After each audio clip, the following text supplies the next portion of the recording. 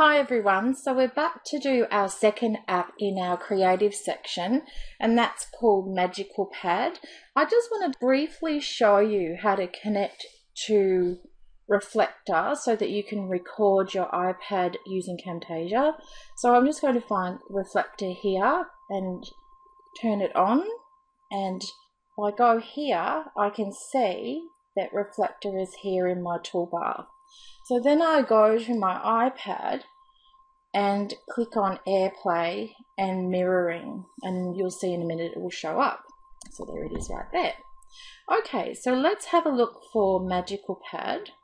And when you're searching for MagicalPad, you do need to search for it all as one word. Otherwise it won't show up. So when you're going to the iTunes store, make sure you put in MagicalPad as one word. Okay, so as you can have a look, there's quite a few different types of books already as template. And I'm sorry about this flickering again. That's just one of the anomalies with recording using Camtasia over the top of Reflector. It will have a few flickers, so we'll work through that. So if we have a look at a vacation style notebook, you can see that you can pop in pictures and map. If we move it across here, we can add packing lists, gift ideas, you can write your own notes, you can put flight and itinerary information, and you can also do a little bit of a timeline of the types of things that you would like to do on your vacation. So let's go back here and let's look at restaurants and favorite places. So this is just another example. So inside the MagicalPad app, it has all these examples for you to take a look at. So it just is an inspiration. You can eventually delete them if you want. I just wanted to keep them just so that I could show you. So let's say that you wanted to create either a booklet of all your favorite restaurants or a book of all your favorite recipes. So you can pop in again a picture, and then you can have a link going to your favorite place to dine is, and then you can have fast foods, international foods, so it becomes a little bit of a mind map. So we'll go to another one. So let's have a look at fun stuff. Now here you can create anything that you want. So this could be where your student could do a diary style workbook. And again, they can import photos, they can do drawings, they can do text. And each of these little boxes you can actually change the color. You can change the color of the text, and we can link those together. So we'll go to my workspaces, and here you can see this is a little more formalized. You could have an agenda, project meeting, meeting notes, who's attending, and then action items. And I'm going to show you how to create a book in a moment after we have a look at all of these. And then finally, this is just one that I've created, and I wanted to show you that because you can pop any picture you like on the front cover. You can put your own title in there, and then inside you can decide on what color scheme that you would like. Okay, so let's just create a new book so that you can see how this works, and it's really, really simple. So eventually what I will do, of course, is delete all of these because these are just the templates and the examples. So let's just create something new. So if I want to delete, I can choose the book I want to delete and then just press this X down here and delete the book, and then it tells me you can't recover the data once it's deleted. So it gives you another option just in case you've accidentally pressed the wrong book and I don't want to keep it, so there you go. Up here is the settings tab, and it will give you ways that you can create the page as a PDF or a JPEG, and then it also has, if you want, some alignment guides, and that just means that it'll show the ruler. I don't really want that. I find them distracting, but you might. If I go down here, there's a quick guide. So if we have a look at that, this is really quite good. So you can either press next, and this is just learning the basic. You can press play here, and it will give you a quick overview in a little video, or you can then slide across. If you have a look here, I can slide to each of those little circle tabs, and again, it will give me an overview of how to create all the various things that you can create. So as you can see, I think this is one of the most simplest lecture notebook type apps that there are. There's quite a few of them around. There is Doke has Evernote, Course Notes. I mean, that I could just keep going on. There's a number of these kinds of apps, but I like this one because it's visual. In the front page, you can see what book is what. You can color code it if you want to, or you can pop a picture in there, and it's just really simple to use. So let's say we want to create that new book that I was talking about before. So if I have a look here, I want to now change the cover. So I pop on the little icon here that has the lines, and I can rename. So I'm going to rename this one. Let's just rename it English for now. Rename. We're here for my cover, so let's just change the cover. So it gives you quite a few options. So I'm going to make English purple. If I wanted to, I could choose a photo. So let's have a look here and see if there's any photo that I might choose. Not perfect, but it will do for now. Let's just say I've decided I don't really want that photo. I can just click on cancel. You can also move and scale the photo. So if I just want a little bit of it to be shown, I can move and scale that along. But for the moment, I just want to cancel it because I like my purple book instead. So let's just open it up. And inside, you'll see the editor. Now, one of the things that it does do is that it defaults to the last color scheme that you previously used. So if you remember when I showed you my other book here, I already had the red color scheme. In order to change that, I can go up here and I can either go with my recent colors, I can have some custom colors here, and then I can also apply these to the other books that I might have. So I might want to choose my color scheme here as a blue, or there's also an option to find another custom color. So you will notice that I still have my red box there. So if I want to get rid of that, I just need to delete it and then I can start again. So I've changed my fill color. I can change my line color as well. I always like to make it a black or a grey. Let's make it black. I just think it stands out better. So as you can see, there are options that you can choose colors, any color that you would like really. I can make it one of my favorite colors if I want. If I press on the heart, I can make it a favorite color. I can look at all the different kinds of hues that is related to that color. So let's go to that blue. So across here, you can see there's lots of different types of blues that I could choose. Now I really like this one, so I'm going to choose that for the moment. And I'm going to actually make it go to both for now. And then if I go to the text, you'll see there's text formatting. So I can make the size bigger. So I can change the font. If you want more fonts, just go down to the bottom and press that arrow and it'll give you lots more options. I think it's probably a good idea for students to use something that's fairly simple to read so that it's, it just doesn't get too complicated. So you don't want something really fancy, like a sort of Hoefler text italic, for example. It just gets too difficult to read in many cases. So let's just go with noteworthy. I kind of like that. I can make it bigger if I want to, and then I can also play with the colours. So I'm going to stick with black for now. Okay, what I want to do is create a new text box. And so I tap and hold to set outline as the default item to be added using a double tap anywhere in the page. If I add the plus sign, it adds another tab. Now let's say I want to add a separate tab, I can do that as well. If I want to add a picture from the photo album, I can do that. So let's just add my little camera man in there. Get that out of the way so you can see. Then I can move them around anywhere that I would like. If I want to draw on the screen, I can do that as well. And again, I can change the color. So I might make it color here. So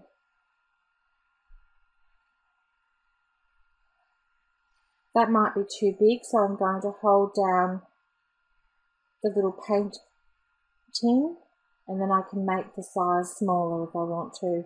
And I can also change the opacity and the softness. So let's go with a pink this time, and you can see, oops, that the lettering has become a lot thinner. So if I don't like something, I can easily rub it out and come back to my pen and just fix it there. There we go.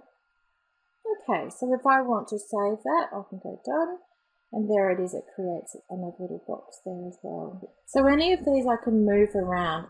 You do need to hold onto the box quite firmly to get it to move. And this is where you'll see your little snap guides as well turn up. So if I want to move this around a little bit, I just need to hold on to it and move it to where I want it to be. So let's say I want to just move this down further. Move that over here. I can do that as well. So let's say that I want to link any of these. I go to the side here and tap on the little tab that's like a connector tab, and I get a couple of options here. So I can tap on the connector tab here. So if we have a look here, this is the one I'm going to choose first, and then I tap on the box that I want to connect. I also tap where I want the connection to end. So there we go, you can see it's connected there. So if I don't want that, I can also go up here to the undo. So let's just try this one, and I can connect both of those two together. Let's say that I would like to change the color of this one, so I can do that as well. So I can go over here and change the color. Let's say I want to make that a lighter blue, and I can do that. I would like to put some text in there, and that. Now I really would prefer to change the text color. So let's make it an orange. No, that's not going to show up very well either. So let's go over here, and I might make it actually yellow. And I can make it bold so it stands out a little bit more. I can put it in the center. So there's lots of different things that I can do. I can also make it bigger if I want to, which I think I will. So there we go. So I can, by pinching, remember we talked about that in Strip Designer, I'm now pinching and making my page a little bit smaller so that you can see it. Now the other thing that I can do here, I can select this area here and create another page. And again, it comes up with that little default box. Now you could easily just get rid of that if you don't want it, and start afresh with what you would like. So I'm going to add a box, and let's say this is English. I'm going to make it a white colour so I can see it a little bit better. And then in the second box here, let's say we're doing Shakespeare, and I'm going to add another line, and we're going to be doing the play Macbeth. And then if I wanted to go one step further, I could say Act 1, Scene 1.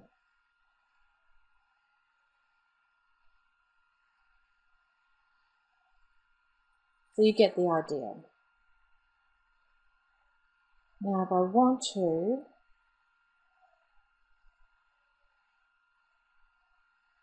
I can move any of these around, but I actually don't, so I'm not going to go back there.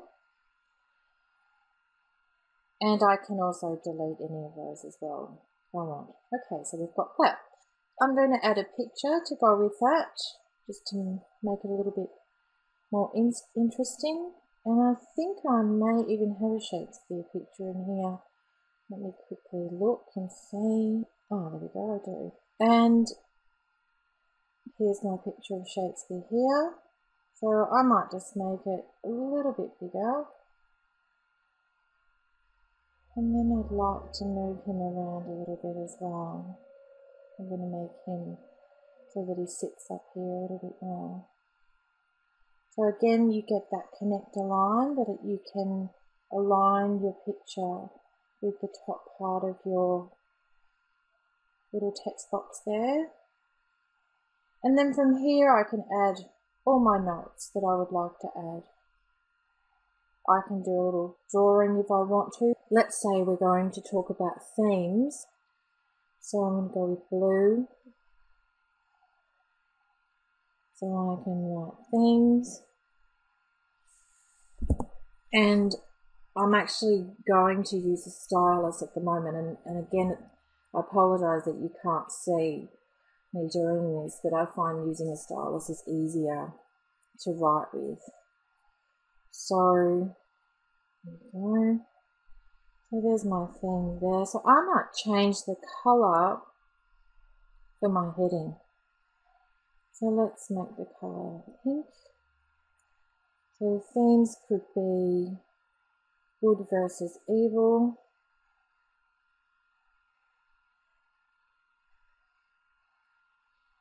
Nature.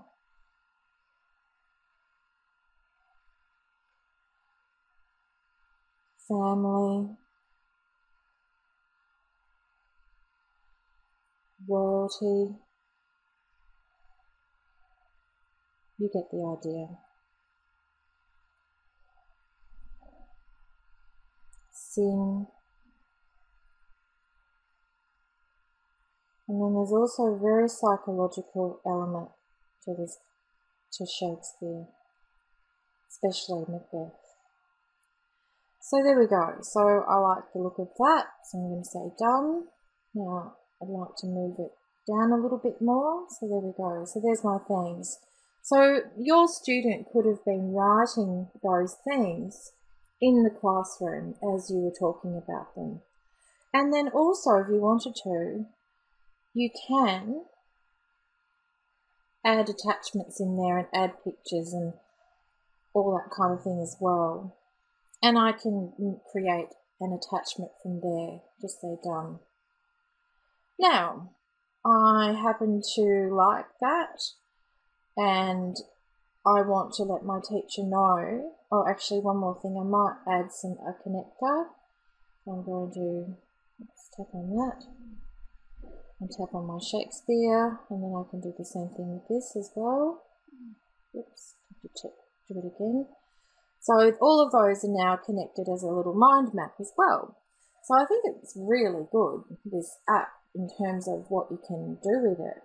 So I am a student and I would like to let my teacher know that I've created the work that she's asked me to do. So I can email her my work, Dropbox, I can send it via Evernote, Google Drive, Twitter, Facebook isn't going to necessarily be relevant for school, or I can send it to my photo album. So if I do that, I'll show you how that looks.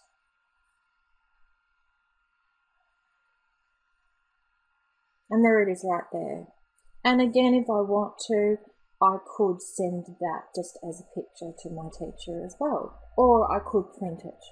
This is really excellent application for the classroom.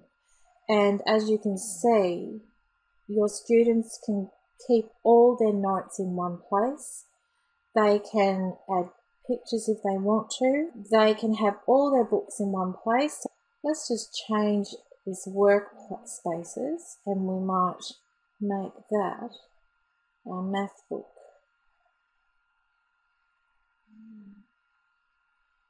Rename. So I have English, I have math, I have a personal diary, I have other work stuff that you could create for another lesson subject area. As I said, I would eventually get rid of the vacation and any of the other books that aren't relevant, but I need to keep those for the moment for other demonstrations. That just gives you a really good overview of MagicalPad and how you can use it in the classroom. In a moment, I'm going to go back to our PowerPoint and give you some other ideas of how you could use this application in the classroom. Now let's take a look at MagicalPad in the classroom. Now for the students, they can use MagicalPad purely as a notebook, and the beauty of it is really simple to separate all of the subject areas into separate books. The students can make them quite personal by adding photos, or they can just color code. It really depends on what they prefer to do. Inside the books, they can take notes, they can do mind maps, they can import all of their student notes, they can write their ideas, and they can also add photos and video. It's really, really comprehensive application. What I like about it even more so is that it's very, very simple to use. It's not complicated. Some of the other note-taking apps like Docaz and Course Notes and even Evernote to a degree can be a little bit complicated, whereas I find this one very streamlined and very simple to use. All of the notes can be imported to in a variety of ways, either as a PDF or a JPEG. They can be put into Dropbox, they can be sent by email, and they can be also posted to Facebook or Twitter if you really wanted to do that. As I mentioned before, you can keep subject notes in folders, and they can be color-coded. They can also keep their writing in themed folders, so if you wanted to arrange it differently, you could certainly do it like that as well. So rather than having the folders as English, math, science, geography, art perhaps, instead you could, let's say, have English and perhaps have Shakespeare and poetry and writing, and so have different kinds of theme folders. So for social studies you could have American history or political history, countries of the world, that kind of thing. So you could kind of separate the writing in themed folders as well. This application really lends itself to creating ongoing daily diaries by using photos, drawings, mind maps, by noting down every day ideas, thoughts, reminders, things that they need to think about when assignments are due, that kind of thing. So it's a really nice way to be able to do that. As I said before, one of the unique features is that it does have a mind mapping component. So there is a feature that where you can actually connect and link all of the parts together, so you can kind of connect to the text to text to text to photo, and that means that you can make it a really good, it could be used for a really good brainstorming activity. These notepads can be shared with teachers, and you can also share work with one another. So for teachers can also again create worksheets with a difference. So it lends itself to that because of the mind mapping aspect to it, as well as with photos and text. And teachers could really use this program or this application to create a worksheet and then easily import it into the students' folders. Teachers could create email quizzes. They could email their work requirements to students, and again it could just easily be imported straight into the MagicalPad. Teachers would be able to share and add to ideas, thoughts, concepts via mind maps. So for example, a student could say that they are doing some work on a particular subject area. They could do a mind map with some thoughts and ideas. They could email it to their teacher, and the teacher could, using their own application, add to that mind map with their own thoughts and ideas, and that actually could become a bit of a workflow thing going back and forth. One of the really good things about this app is that it's an easy way for teachers to keep track of students' work. They can also keep track of their homework, and they can record and retain pieces of the notebooks to keep as anecdotal records. It's also a way for teachers to correct and return work. So as you can see, it's a little bit of a simpler app than Strip Designer is, but it's a very comprehensive app, and I think the power of it in terms of its note-taking ability and that it could replace the exercise book that is used in the classroom could really make a big difference to students in the future. And it has that sort of way of being able to integrate technology into all subject areas, and we wouldn't have problems of students losing their textbooks or losing their notes or forgetting their homework at home. Everything would be in one place. I really hope that you have a chance to try this application and see how it would work for your classroom. And next we're going to be looking at Keynote. So thank you. Until the next lecture.